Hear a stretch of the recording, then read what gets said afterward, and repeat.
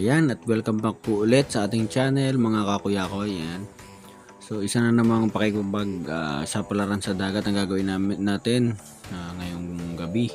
Ito na, nasa biyahe na tayo.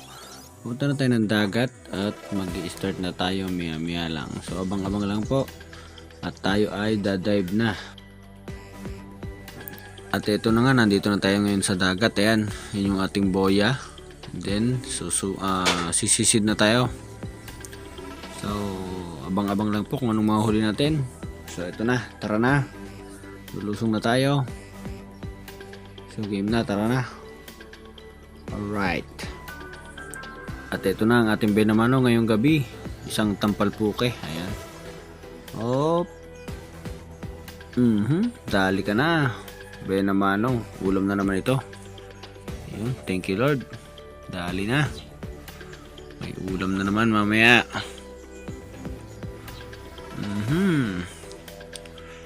Saktong-sakto sa tuhugan, masarap yung pinirito. So ito pa, mas masarap. Yan oh, pugita. Oh, ito harap pa oh. Yari ka na naman. Ulam ka na naman. Masarap kang pang ulam mamaya. Sigurado, masarap tong ginataan na naman. May ginataan na naman pag uwi. Sigurado nito, makakapagkata na naman. Napakasarap nito pang ulam, grabe. Ayan. Ayaw pa maalis agad. Ayun. Ulam na naman. Laki-laki na rin yan. Sarap nito. Gita. Oh, ito. Ayan, tampalpukin na naman, oh. Ano, hindi lang masyadong halata. Ito ka. Yari ka na naman. Tampalpuki ka, huli ka. Pamprito ka na naman mamaya pag uwi. Sigurado ka. Yari na, may pamprito na. Masarap na ito ang pampirito. Thank you, Lord. Okay, ito naman yung kung tawagin dito sa amin ay baka-baka. Ayan, para siyang butete. So, papanayin ko sana, kaya lang medyo maliit pa. Kaya ayan, pinatakas ko muna. Bye-bye. Ayan, hanap na lang tayo ng iba. Nakita ko dito ng hito. Sumbilang kung tawagin dito sa amin yan. Hito. Hito sa dagat. Ayan, tatlo yung ano yan, yung nakakasakit niyan. Ayan o. Yun. Hito. O, diba? Isang ulam na rin yan. Masarap yan prito. So ayan, hanap na lang ulit tayo ng iba pa. Ito naman isang talingan na sa gilid ng bato. Ang mahirap kasi to, hindi siya pumupwesto ng maganda. Tapos pag lumulubog ako, unti-unti ako rin ako lumulutang. Kaya yan, ang tagal ko bago siya pinana. Pero mapapana rin natin yan. Isa yung talingan. Ayan o, panayan natin yan. Ang hirap.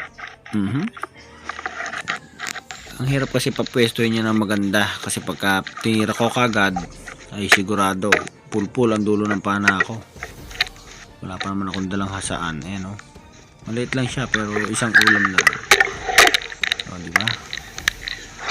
Pwede ng pang ulam yan. Okay, hanap na ulit tayo ng iba pang mapana. So bali sa tagal ng aking paghahanap ng isda, wala na akong makita. Pahinga muna ako. Ito na yung huli natin. Medyo marami-rami na rin. So nag-decision na ako dyan na bumalik na. So mag-ilaw na lang ako pabalik. Then kung may makikita ng isda, papanahin ko ulit. Mapandagdag. Ayan. Pero ano na yan, pauwi-uwi na ako yan. So abang-abang lang ulit. Ayan. Yan, ito na. Malapit na sana tayo sa tabi. Kaya lang nagpakita pa tayo ng isang pugita. Ito na. Dali na naman. Yung mas malaking pugita. Huli ko ngayon. Uwi ka. Nadagdagan natin pugita. Medyo masarap-sarap ang ating pang-ulam. Malaki-laki ito. Mas malaki ito kaysa doon sa nauna. Ayan o. ulam ka. Di ba? Sigurado na pang ulam. Sigurado na may gagataan. Sigurado to. Yun. At nandito na nga tayo sa tabihan. Ayan. Bali, pauwi na tayo. So, ito na yung nahuli natin lahat. Oh. Pasensya na kayo sa camera.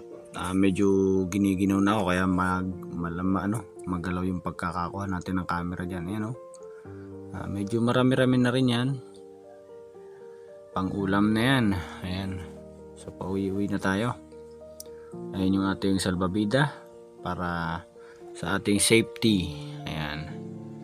So tara na, abang-abang lang po sa aking pag-uwi at ating ipapakita kung gaano karami yung ating nahuli. Ayan.